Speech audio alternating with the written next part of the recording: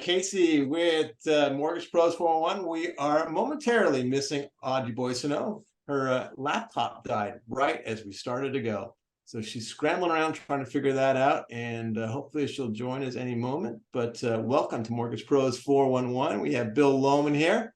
And so we're going to just kind of kick this off without Miss Audrey Boissonou, a little different thing. And I have a feeling she will pop in at any moment, kind of all flustered and thing. But, you know, she's off. Where is Audrey, Kevin?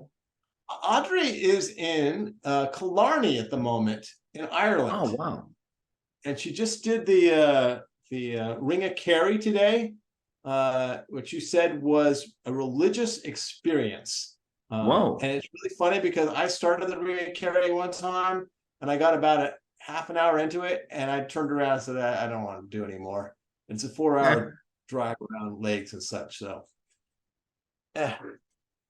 anyhow, she's having a great time. I gave her a little tour guide of what to see, what to do in Ireland while she was there, and she's been following it pretty well. She's there with her mother. Good. Yeah. All right. So while we're waiting for her to come on, we've got a couple things to talk about. And I don't have her. I did all Audrey stuff, so I have to, do a little song and dance. But last week we were really interesting. We had Bill Dallas, and that you know that guy, right? Sure do. Heard of him? Yeah. So an icon in the industry for sure. Yeah, he had something we got from last week. So we just finished loading up his video last week, I understand, from Jason. But the comment that he had that I wanted to share with everybody who wasn't on that, he said, "Don't wait to buy real estate. Buy real estate and wait." And I thought that was a brilliant comment because that's one of the things as an LO we're getting. Oh, I think I'm gonna wait. And it drives us nuts because you got them pre-approved, they're all ready to go. They made their first offer, and then, oh no, I think I'm going to wait. So yeah, what is the old saying, Kevin? Marry your home, date your mortgage. Yeah, date the mortgage, marry the house. Yeah, and I think that's simply what Bill's saying. In that, as we've known and experienced over the last number of years, your mortgage is not a permanent product. You'll be refinancing periodically or frequently, depending on the interest rate market. Absolutely. No. And the other comment I always tell people is whenever I have to push and prod people to buy a house, that is always historically, I've been doing this 25, 30 years. I've lost track how long I've been doing it. Every time I'm finding myself having to call people to try to get them to buy a house, it turns out to be that is the absolute best time to have bought a house. Yep. It's happened time and time and time again. Well, Audrey says she is trying to come back. She'll be there any moment, so we'll see what happens when she pops in. Oh yeah, and by the way, that little comment there. Thanks, congratulations being chairman. We sent out our announcements. They had your old title on there. Apologize for that. I'm not a title guy, Kevin. You can call me what you want. We know that. Yeah. No. You're still active. And why we have you on board is you're still really active with the MBA, California MBA, and there's some stuff going on there. One of the things we were talking about earlier, I'm going to wait. Hopefully, when Audrey comes back, I know she'll be much more vocal about it. But what else is going on the national level with MBA? So with MBA nationally, the things that I think are being most paid attention is continuing to work with the agencies on relief for repurchases. That's something that look, everybody's struggling with volume. When lenders struggle with volume, they struggle with profitability. When we can least afford it, we're seeing repurchase requests from the agencies. Are they coming down a little bit? Yeah. To the point where, we don't have to worry about repurchasing a loan that is performing beautifully.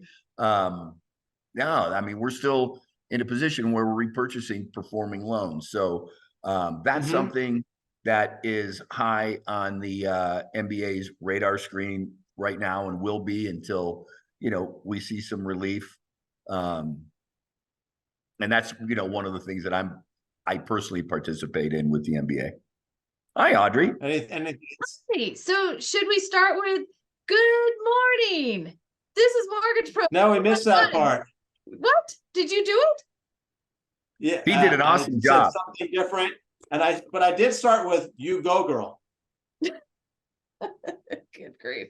All right. Well, yeah, don't know what the heck happened. I wasn't sure that you guys were on though, so that's good news. So speaking of, So was I correct? You did not turn the switch on for your plug. No, you were not correct. Ah. It was a computer problem. The electricity here is wackadoodle. Let me just say, every country I've been in, it is literally like you have to flip some switch to turn on the outlet, which is maybe connected to that, and you turn off that light switch and it turns off the lights 2 rooms away. It's crazy. So anyway, hi everyone. Great to see you. Thanks for being here, Bill. Really appreciate it. So happy. So we just need to back up for 1 second before I start railing on FHFA, because first of all, I want to clarify, Bill, what's your title? Because it was incorrect on the that went out. Do we need to even talk about it? I'm not a title person, so okay, good. If you don't care, then we don't care. We'll I don't care. Right along. Everyone, have you renewed your NMLS licenses yet? Have you? November 1st came and went. Have you? Okay. If you have, you know what? I have a story on that. I know, but hang on. We need to remind them that if they need to still do their continuing ed, they need to call mortgage or email or whatever, mortgage educators, use the discount code countdown, and they will get a discount on their continuing ed. They can knock that off their list of things to do and not be on the naughty list when Santa rolls around wondering why you haven't renewed your license on December, whatever it is. Now, you want to hear about the story about the licensing? This happened to me yesterday. Okay. I Googled somebody who happened to be licensed, just unrelated. So I was trying to find who they were like, and all I got for the first 6 websites that appeared, CFPB notices that their license had been suspended. Now, they had actually gotten out of the business and they made the choice of just not paying and renewing instead of officially pulling out of the business. Wait, and so, I don't get it. So when I looked their name up, so I typed, it wasn't you, so I'm going to use you as an example. Oh, not to use myself. Let's go with Joe Spo. Hello, Joe me, Spo. Okay. Start with me. If I had not renewed my license on December 31st last year, all of the first top hits in your Google search would be all about me not having a license renewed. It was the first 5 or 6. It was a DRE, all the things. It was just crazy. It's like, ooh, it makes you. And then when I looked and dug into it, oh my God, what did they do wrong? All they had done was not pay. That was it. But it made it look like they were criminals. It was crazy. So renew, pay on time, and get it done, because you don't want to look like a criminal on the internet. Well, there were a number of people when we were teaching NMLS this year that said, I'm not affiliated with anyone right now. I'm semi-retired. That was another thing we heard a fair amount. And so, yeah, so be careful, people. All right. Well, that's lovely.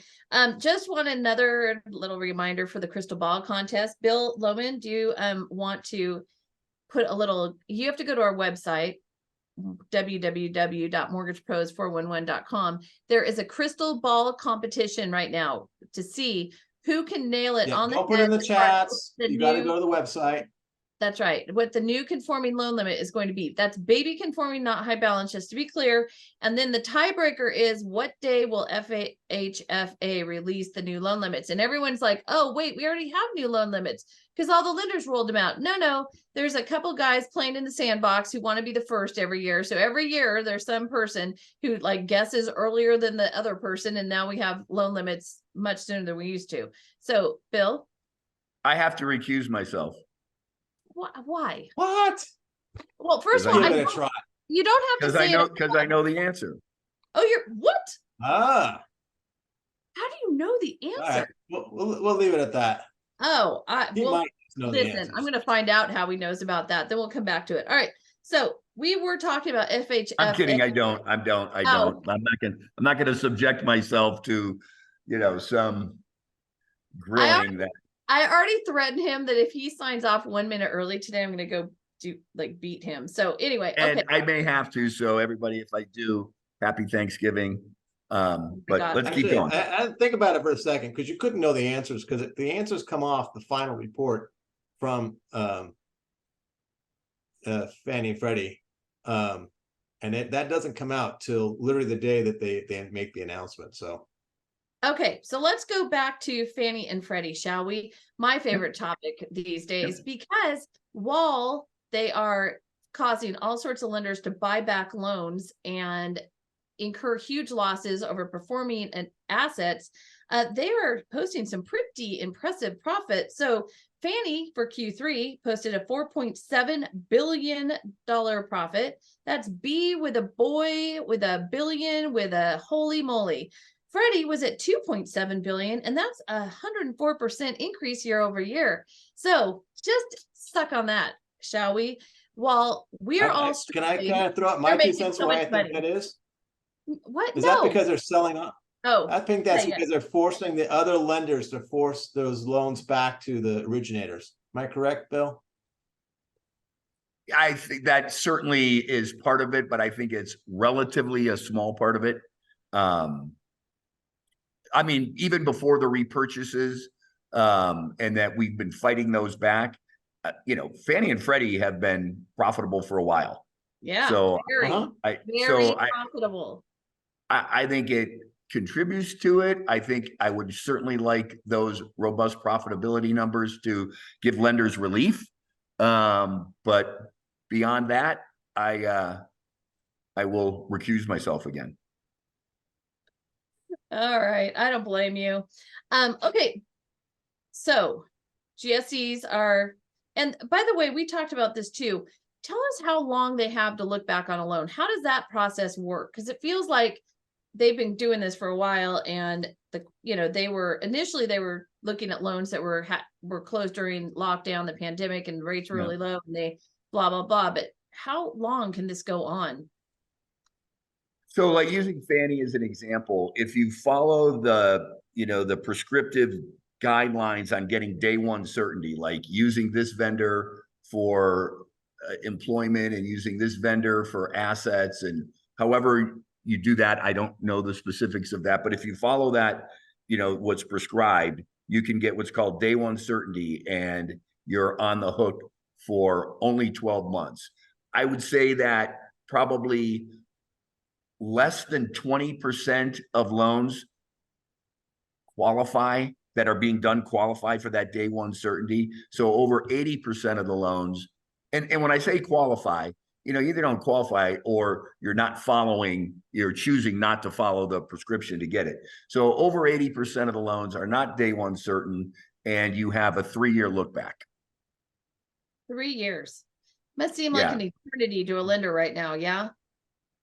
Well, most certainly, because think about it. 3 years ago from today is November 2020, right? Am I doing that right? Right. So then we have November 2020 through essentially December 2021 as really high volume period. So the more the volume, the more opportunity for a putback. So we haven't worked that pig through the snake as far as the high volume and repurchase liability. Ugh, yikes. Okay. Well, on that bright note, I wanted to ask about, so the Sloos report, the senior loan officer survey that they do, where they check in, and I think it's mostly LOs at banks. And the consensus amongst those LOs was that credit is tightening. And my question to you is, how does that happen? So like, how does credit tighten? Like, what makes that occur? So I can certainly speak for, my company. Actually, you know what? I feel like I can speak for other lenders as well, because we have these conversations, right?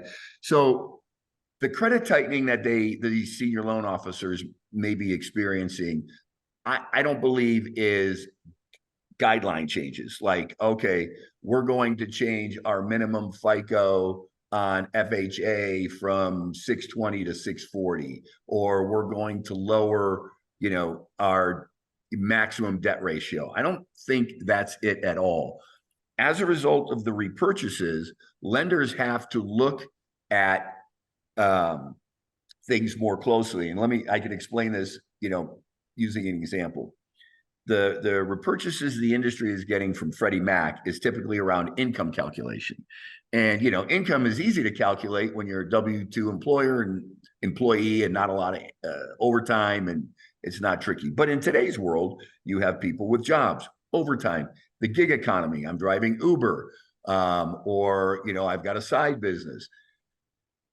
So what happens there is lenders may look at it a certain way. These loan officers might get, accustomed to our pattern of how we look at it. And then we get hit with buybacks, and they're bought back because we didn't calculate overtime correctly in their mind, or how we, characterize certain self-employment income. So now we look and we tighten how we view income based on the repurchases that we get, because the last thing anybody wants is another repurchase. So, and so that's what we see from Freddie. The repurchases that the industry is getting from Fannie Mae are around collateral. So if you see a tightening of how an appraisal is reviewed, not an LTV, but how appraisal is reviewed, the loan officers will certainly sense tightening. It is tightening to a degree, but it's not from a guidelines perspective. It's from how you're reviewing income or reviewing appraisals, and lenders need to avoid further repurchases. So I think that's what they're seeing. Gotcha. Or not just repurchases. Sometimes they don't purchase it in the first place. Right. Correct. That historically is what's happened. I've noticed. Like you get an investor that's saying, we'll buy this type of loan, and then you start submitting it to them, and, except for that. And then all of a sudden you see a guideline change. Wait, we don't do this anymore because they threw a. And the outcome is similar. If you have to repurchase it, you buy a loan back that you have to dispose of somehow eventually, as far as a scratch and dent. You have a loan that you can't sell. It's sitting on your books, and you've got to do the same thing, ultimately get it off your books. And I ran into that one time with a loan. I forget who the investor was. It was a 2-unit building, and we did the loan. And then a few months later, underwriting came back and said, you need to prove that it's not 3 units. I'm like, well, here's the appraisal. It's 2 units. What are you talking about? Oh no, it's zoned 3 units. And I'm like, so what? It's 2 units. It's a 2-unit building. Do it as a 2-unit building. And they came back, no, the investor feels that because it's zoned 3 units, that it's a 3-unit building. And I'm like, but it's a lot. And if the place burnt down, it's a lot. They don't do lot loans either. And it was just ridiculous that they wouldn't buy the loan. In case you were wondering who was responsible for that crap loan that you had to deal with, it was Kevin. All right. So my bad. All right, moving right along. So it is November 14th, just in case you haven't checked your calendar lately. And November 17th is the deadline for figuring out our little budget problem in Congress. And so there is a possible government shutdown on November 19th, unless Congress pulls it together. No one's talking about it, really. It's kind of amazing. What? And no one's talking about it. Last time it was like, oh my God, all hell is well, that's loose not true. So NBA, NAR, community home lenders, a bunch of people came together, wrote a letter to the leaders in Congress saying, hey, please, could you make sure you do something? And so, because we have flood insurance, we have FHA Connect, we have IRS. So Bill, why don't you walk us through what's going to happen? They, besides the volatility, by the way, so if we're enjoying our little bond market rally right now, it could all come to a screeching halt if we have another shutdown. So hopefully that doesn't happen. That's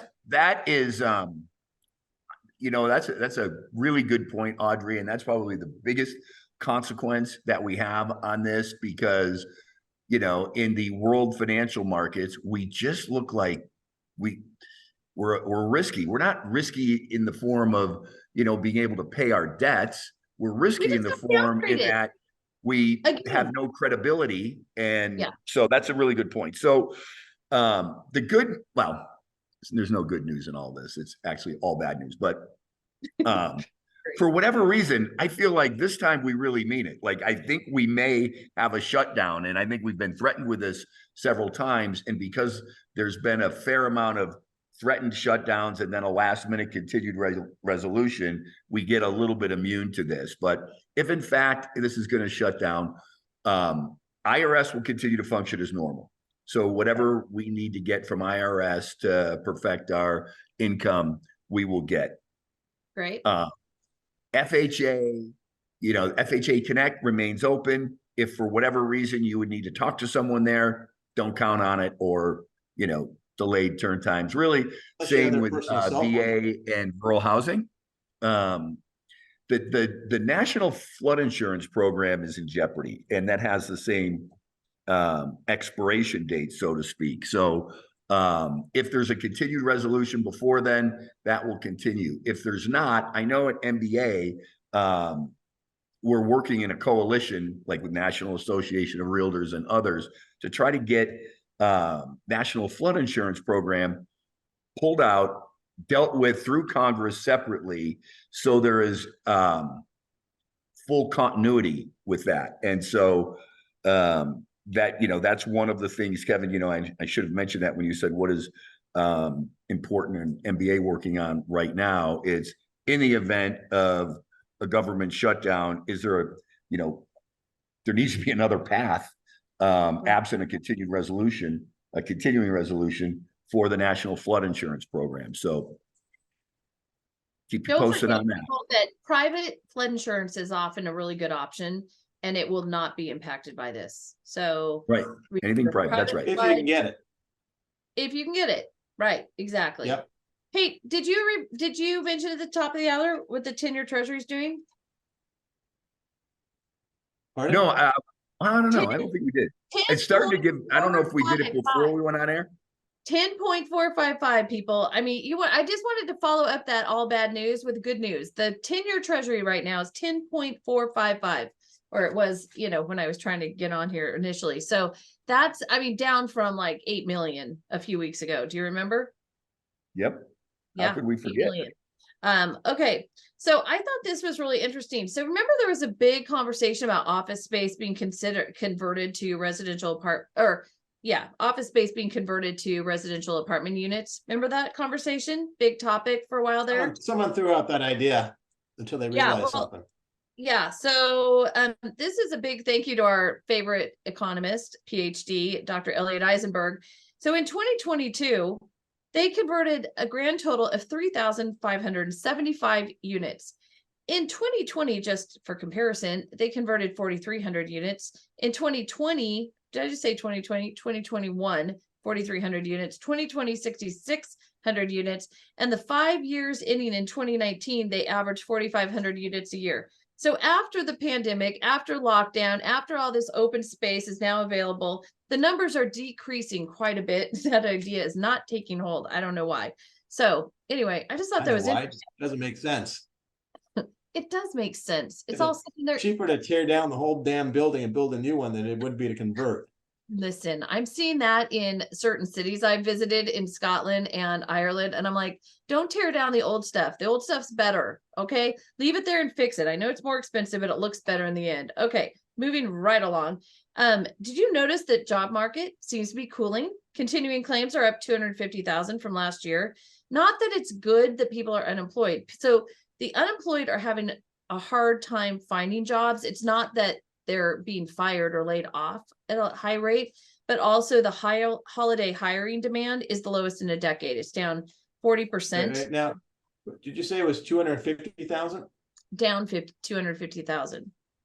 Down 250,000. Is that a round number? Exactly. No, I'm sorry. Okay, hang on. Okay. No, I said they're up 250,000 from last year. Jeez. Yeah. Right. Job losses or job openings are up 250,000. I said continuing claims are up. Continuing claims. Pay attention. Okay. Pay attention. Boys and girls, play nice. Is that a round number? 250,000. It is a round number. Thanks for playing. I.e. a fake number that doesn't really exist. And if it was an IRS and you present that on your tax return and say that right away. Okay. All right, Kevin, since you have a lot to say, what was your favorite quote from Bill Dallas last week? Did you tell everyone to go to YouTube? I already did that. You already asked me that even. I did? Right off the bat. No, we already covered that. What were you doing while you were away? Not watching what you were saying, apparently. Okay, Bill, let's talk about the NAR class action situation that's going on right now and what impact it might have on the on our industry and what's going on with us? So, I mean, really unclear at this point, or, too soon for a definitive response, because I think this thing is going to get appealed upon appeal upon appeal upon appeal. And you have, and the NAR is obviously pretty powerful. Interestingly enough, other states, I think it was Missouri, other states are now joining in the lawsuit. And there is no guarantee that the other states that are joining in on their own lawsuits are going to get the same outcome as Missouri.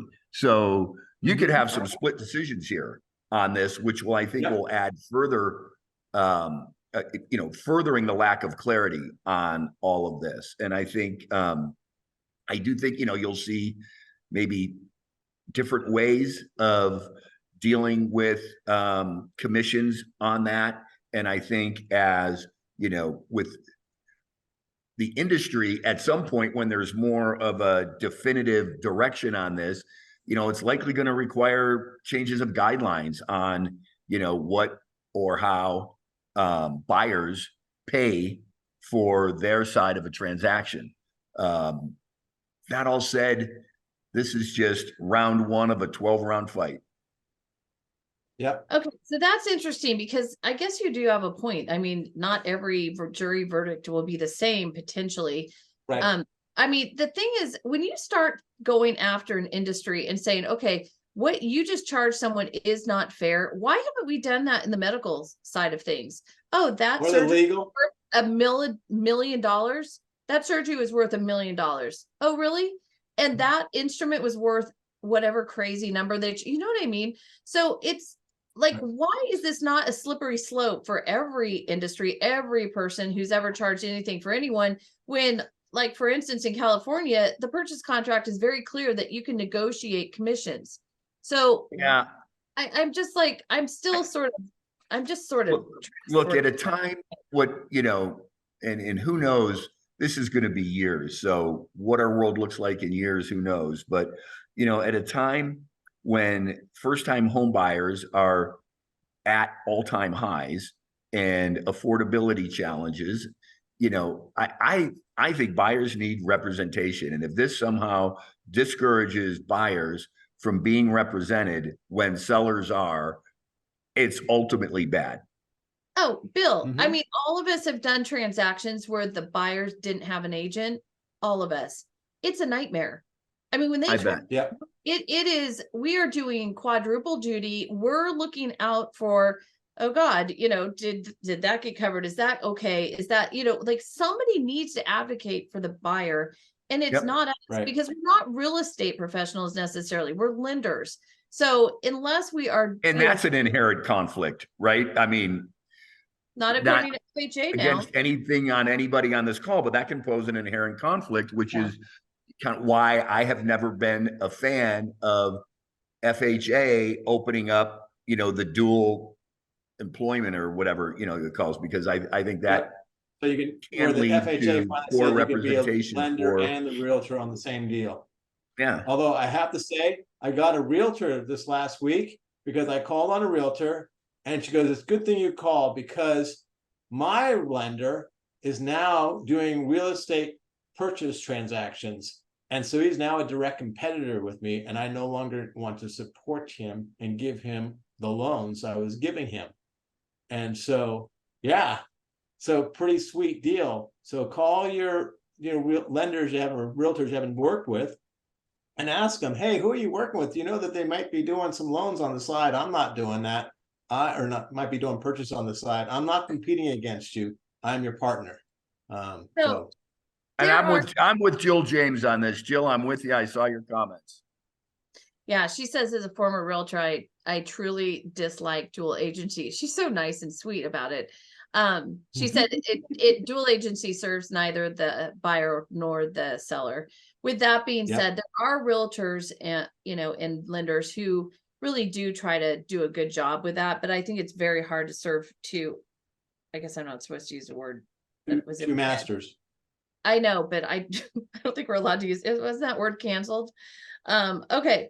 So with that being said, so Bill, You mentioned that the DFPI, which would be the Department of Financial Protection Innovation in Right? California, Yeah. DFPI, may have a special assessment coming down the pike for lenders in California. Yeah. Would you like to tell us about that? Sure. So, DFPI, and so I'll just start with them. We're meeting with them to have a thorough conversations about this. Has let the lenders in California know of their intention. And when I say lenders in California, I should say lending in California, because lenders outside of California that lend in California that are licensed, under the entity, are imposed. And most are. With most lenders are special licensed under assessment. DFPI, correct? I didn't catch that. Most California lenders are licensed under DFPI. Am I correct? Yeah, that's correct. So, a special assessment, unclear whether the special assessment is a one-time thing or going to be an ongoing thing, but it's above and beyond the dues that you pay today for licensing and exams and things like that. So, it's not cheap. It's not cheap. It's going to be based on volume, ranging from over 6 figures down to, something lower. So, based on your volume. Over 6 figures is $1 million something. That's over 100,000 is 6 figures. Okay. So said over 6 something, and that would be 7 figures. Yeah, over 6 figures. That could be 100,001. It doesn't immediately jump into the 7 figures. Thanks for going there, though.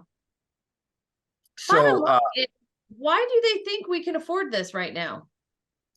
Well, that's what the purpose of the meeting is tomorrow, is that we can least afford this. This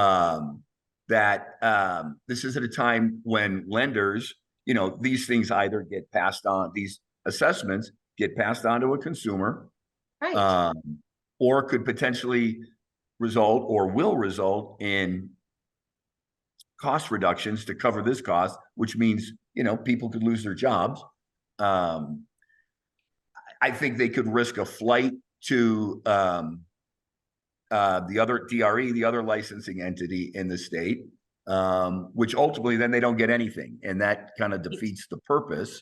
Well, I think I told you I just reviewed my DRE, so I'll just switch it over from DFPI to DRE. I always keep it current, and there we go. I mean, why would they think this is a great idea? But your lender, the company you work for, is still going to be licensed somewhere.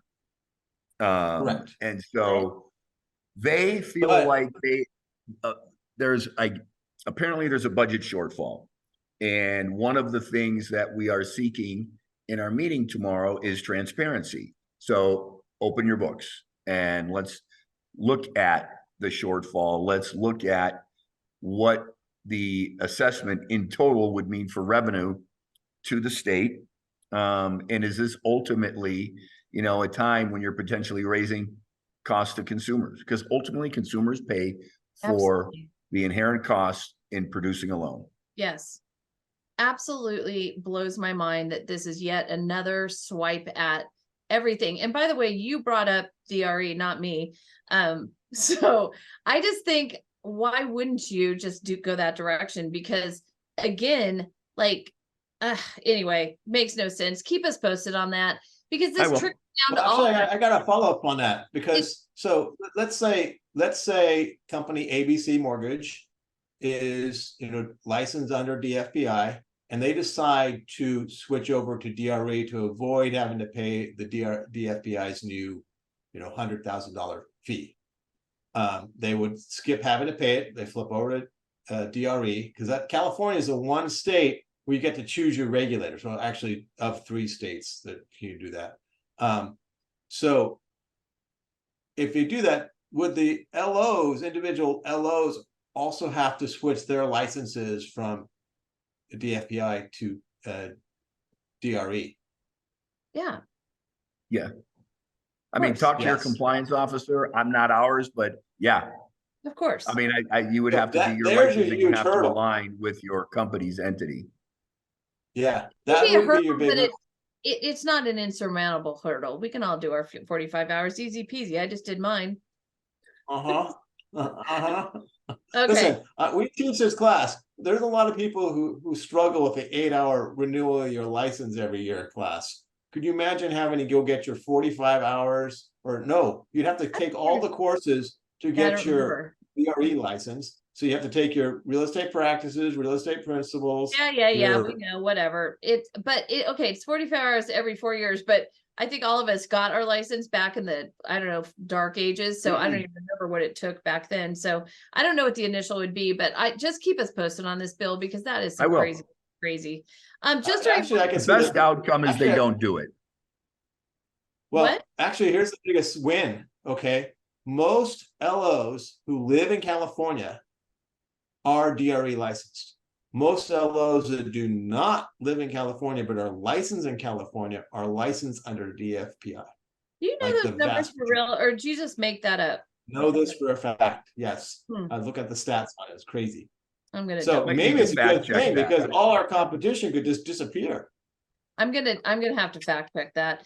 Okay, just a reminder, guys, be in touch with your clients. First Republic, I don't know if I've mentioned this before, but it is worth mentioning again if I haven't. If I have, First Republic unsecured lines of credit are being called by Chase. They're being they want and they don't want to just have you, they don't want to just stop letting you access your line of credit. They're make you pay it off. So we have some pretty high net worth people out there who are scrambling to pay off unsecured lines of credit right now. Get in touch with your clients who were First Republic customers. It is worth a phone call, probably, just because they're looking for sources of money at this point, and Chase is not helping. So again, stay in touch with your clients, stay in touch with your clients, stay in touch with your clients. All right, so let's talk about No. Stay in touch with their financial advisors. and There's the them. phone call to Oh, make. for God's sake, and them. Okay, so we had CPI come in, and for once, it's beautiful. It was better than expectations. So headline was expected to go from 3.7 to 3.3. Core was expected to go from 4.1 to, well, that was supposed to stay the same. And it came in a tenth lower than estimates, and that's a big deal. So headline is now at 3.2 from 3.7. That's a huge decrease. Core is at 4% from 4.1. That's also really good. And just a reminder, shelter is 44% of core CPI, and that those rents have not caught up at all. They're still they're showing that the numbers they're using in the CPI calculation at this point are much higher than the actual numbers are. There's a catch up lag time on that. So the inflation should keep getting better. We'll see. And tomorrow we have wholesale. Is the Fed's target rate 2.0, or is it an inflation rate in the twos? Because if it's in the twos, we're just like a couple smidges away from that. Yeah, actually, if you took actual core right now, if you use the actual rents to calculate core, you would definitely, we'd be very close, if not at that target rate. So again, we've got Jerome Powell and his little buddies all out there, blah, blah, blah, all over the place and roiling the markets like they did the last 3 days. Yet the inflation numbers are coming in better, and the employment is changing. That whole picture, which they've really been watching, is changing.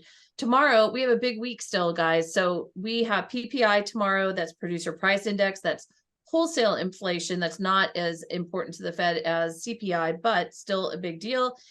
So they're expecting it to get a little bit better. And then the rest of the week, we have retail sales, we have Fed speakers, of course, we have housing stats, home buyer builder sentiment. And so anyway, we'll see how the rest of the week goes, but just kind of keep an eye on it. And remember, we often have a lot more to lose than to gain, although happily that hasn't been the case in the last couple of days. But the government shutdown is something to really keep track of. Okay, so Mr. Cooper cyber attack, that's an interesting one right now. We talked about it last week. We let people know that they were starting to take payments again. We let you know what the phone number is. But what's happened since then is there's a bunch of people that are filing class action lawsuits against them, which is terrible. So Bill, why don't you speak to that? Yeah. So first of all, this should be something that keeps us all awake. And I know, you know, we might not see it or feel it with our companies every day, but trust that your company is or should be investing heavily in cybersecurity. I can tell you from our end, we have thousands of attackers banging on our systems every day, you know, and our how do you cyber know that? defense. Tell us how you know that. What the cyber defense that we employ can track who's Right. trying to penetrate. Right. So there's and you know, and unfortunately, the bad guys there's always a bad guy that can get ahead of the good guys. So, you know, something happens and someone gets in there. I mean, we've seen this with Mr. Cooper. Other lenders have experienced. A prominent hedge advisory firm got attacked about 6 months ago. From everything that I know, I mean, Mr. Cooper did everything right. So it's not like they didn't have their defenses. They did. They made all the appropriate notifications to borrowers, to Fannie and Freddie, to regulators. They did everything right. They're a good firm. They're a reputable firm. But this, you know, is not only expensive, the reputational damage that you get and that they are experiencing is brutal. And so they have $4.3 million customers that they're servicing right now, and there'll be more. 4 of them are suing them for essentially exposing their financial information to criminals.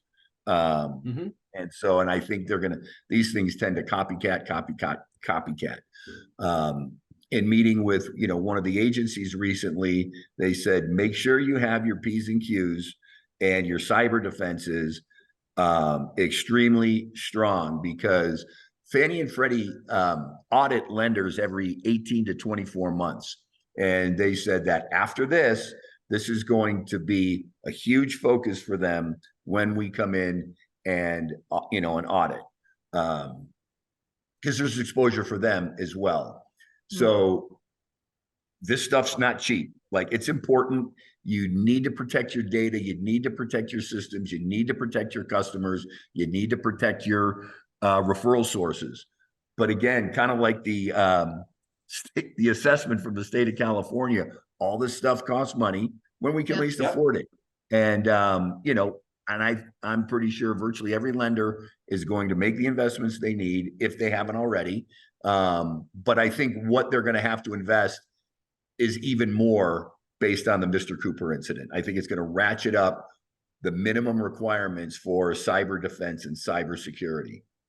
Well, so we had the same conversation with the CFPB recently, where they said that they expect you to have a very strong system in place and written policies and procedures, and that you be following them. And then if you are the victim of one of these attacks, they're going to scrutinize you more closely, which is, you know, so on top of everything else you have to deal with in this scenario, you're now going to have the regulators down your neck. And so it is, neck.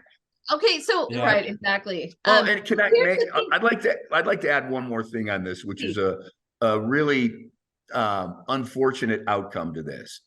I think that, you know, smaller lenders, small mortgage bankers, you know, they are really an important, crucial part of our ecosystem.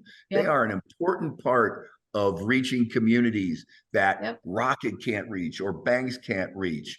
And when these types of requirements get imposed on smaller lenders, that smaller lender, you know, whether it's the fine or not the fine, the tax from the state, or the assessment from the state, or the what they need to defend their company from cyber attacks, it's going to price the smaller lender who do a great job serving borrowers in all sorts of communities. And that's a really bad consequence and outcome of this. And I'm not saying we shouldn't do everything we possibly can to protect our data, to protect our consumers, but there's a lot of legs to this. Right. And by the way, Mr. Cooper was just one of many companies that have been targeted. And again, They've we all have been targeted. we have a friend whose photographer was targeted, and their pictures were posted all over the internet, and so it can happen to anyone. It can Boy, that happen could be Uh, embarrassing. Yeah. Little side note, the World Economic Forum is also here in San Francisco today as part of the APEC Economic Summit with all the leaders from all the Pacific nations. And the three topics that they're talking about today are cybersecurity, AI, and world jobs. So they are focusing on AI, or not cybersecurity. And it's kind of the perfect place for being in San Francisco because those two topics are big here. It's a big topic this year in NMLS, and it was last year too, but I feel like it's even more so this year in NMLS 8 hours, where they're talking a lot about what we need to do. And if you're a broker shop, you are not immune from this. Little tiny, one of my clients who works for a property management company, they got hacked and hijacked recently. I myself looked at my emails this morning. There was at least 4 or 5, phishing emails in there. Just like just this morning. Nonstop. It's nonstop. Okay, somebody had asked again, wanted the code for the MEC NMLS discount. It's countdown, and so all capitals, one word. I don't know that it matters if it's all capitals, but okay, if Kevin says so, then go with it. So somebody's asking a question. I'm a DRE mortgage broker, sole proprietor with a 1 LO, and I want to switch to S Corp as a mortgage banker.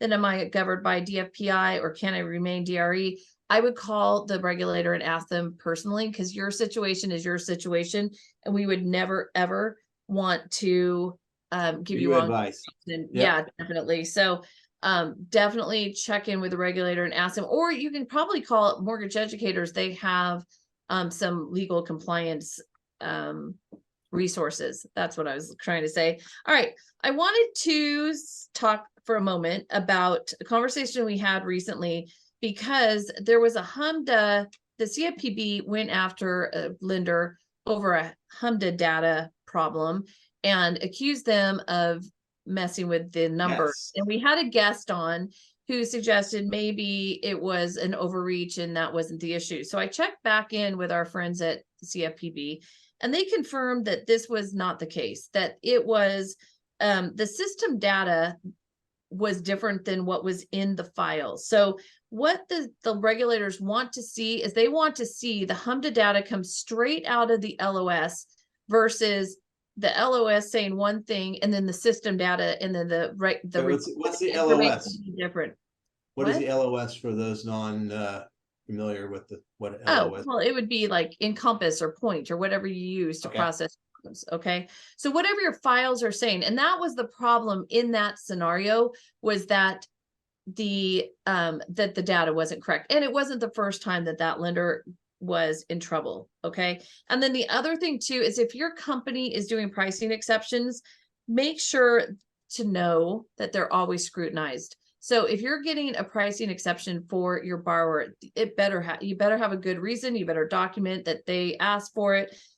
You have to have a system in place. Make sure you document the whole thing. Anyway, so it is. Wait. I can't just give someone I like a better deal than someone I don't like. No. Okay. And Audrey, I'll just add what we're hearing, or what I've heard from the regulator on that, is part of the documentation for you to give, that you need to document when you give your price exception, let's say to match a competitor's rate, you need to name the competitor and what the price is.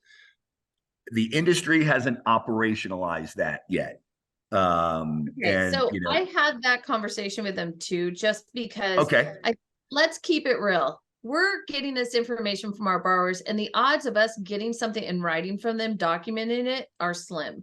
So it is, and they acknowledge that they understand that to some extent. So I would put as much information as possible into a conversation log. I agree. And make sure that you document what your conversation was. And then, I asked for whatever, like, just make sure you document it, make sure that make sure you're being fair about this. Like if you're only doing pricing exceptions for Giants fans, That's not going to cut it, right? But So, if the A scans, you can't. No. okay. So in better news, so complaints in Q3 were down 6.2% from Q2. So that's And still volume was down 20%. So listen, that's still 4,922 complaints, but complaints are down. We're down. That's a good thing, right? yep. Okay. All right.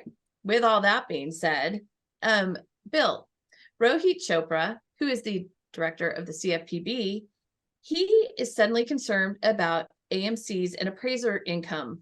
And so I'm just wondering why. Like, why is he worried about this now? And by the way, why isn't he worried about my income or Kevin's income? Our income is an issue. Why does he care about us? Why would the CFPB suddenly be thinking about appraiser income?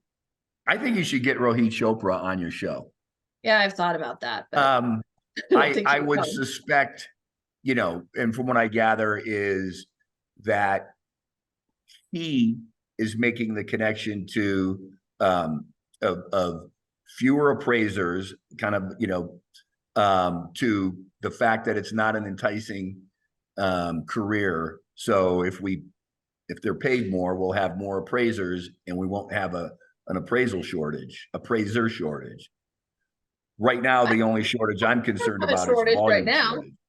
Yeah, Right. exactly. I'm only concerned about the volume shortage, but I would suspect that's what's motivating the director. All right. Okay, so people are weighing in on the whole question about whether you can what you can do with your business to the person who's asking the questions. But again, definitely check in with the regulator or mortgage educators so that we don't get in trouble for And keep in mind that that rule has not changed yet. The DFPI is just talking about it, correct? We're talking about that Chapter S Corp. That question is getting a lot of.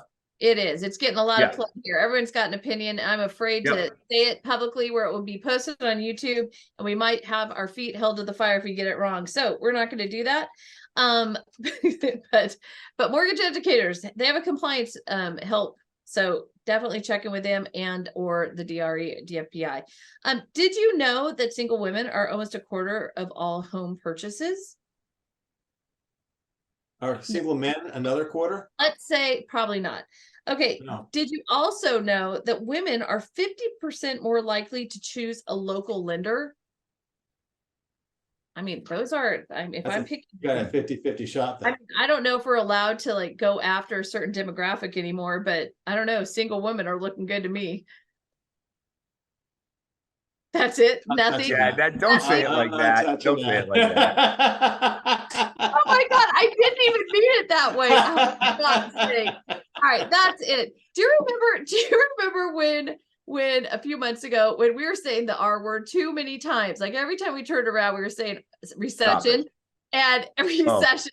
So I had said we should take a shot every time someone says the recession word. So today when I checked into my beautiful hotel, I was given this lovely little drink. This is how they do it in Ireland. Gin, blackberry, and apple something or another. It's so delicious, which I have not been drinking because I wanted to stay, well behaved while we were doing this.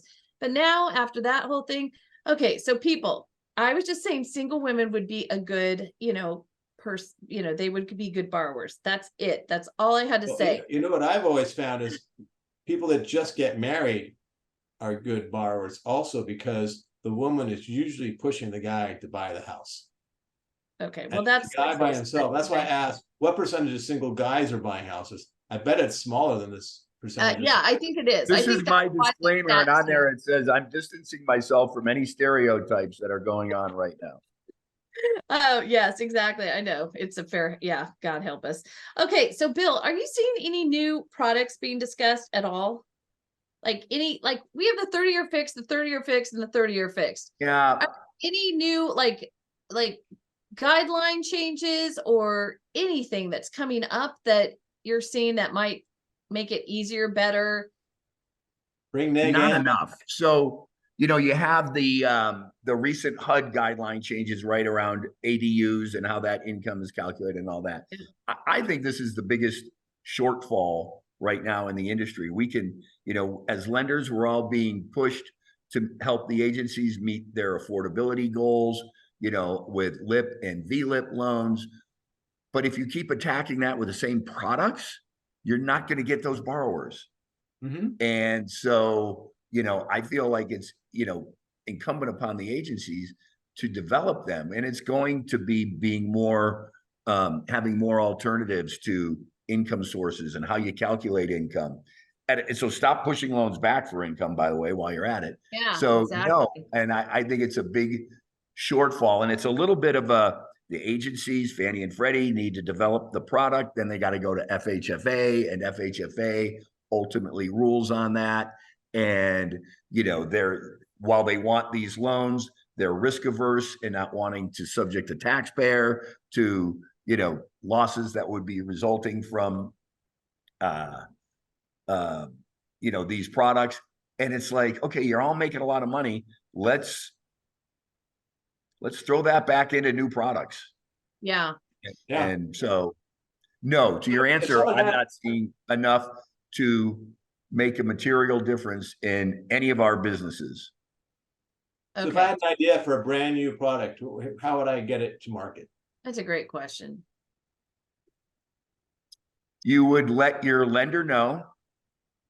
Your lender would take it to Fannie or Freddie, seeking kind of a bit of an addendum, so to speak, that would allow it. It's really hard to do, but there is a process for it. So you would give a very complete submission, and then your lender, the company you work for, would take it to Fannie or Freddie. And then they would potentially issue a term of business to allow that lender to do that outside of current guidelines. Of course, they would have to then take that proposed term of business to FHFA for FHFA to bless it. I am going to keep my How many years does that take? comment to myself right now. Kevin, what were you saying? I'm going to say, how many years would this take to create this product? Forever. How often Yeah, does that or it just doesn't happen.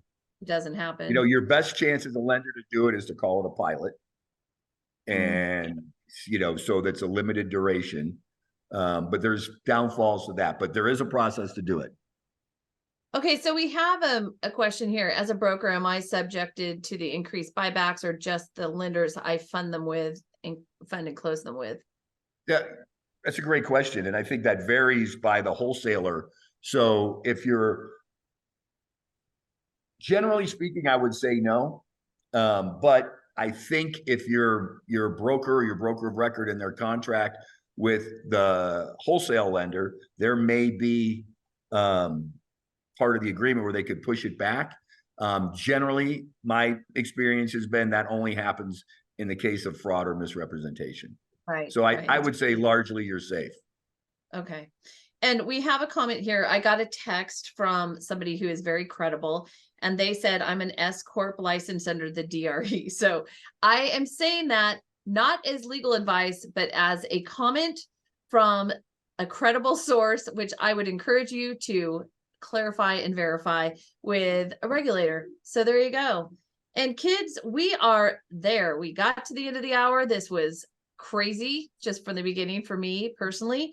And I appreciate you so much, Bill. And I'm glad your person didn't show up right in the middle of this. Yeah, we're good. Appreciate it. And to everyone, have a great week. Pray for that this rally continues and that the inflation numbers come out tomorrow that are excellent, and the Fed, you know, keeps their mouth shut, and somehow the Congress pulls it together. All things to wish for. Apparently they may have while we were talking, so we'll see. Are you kidding? There was some what a comment in there, but we'll see what happens. The National Enquirer is not necessarily okay. All right. With that, thank you again, Bill. We love you. Happy early Thanksgiving, everybody. Have a wonderful week. We'll see you next Tuesday at 11 a.m. Pacific, 2 p.m. Eastern. Bye.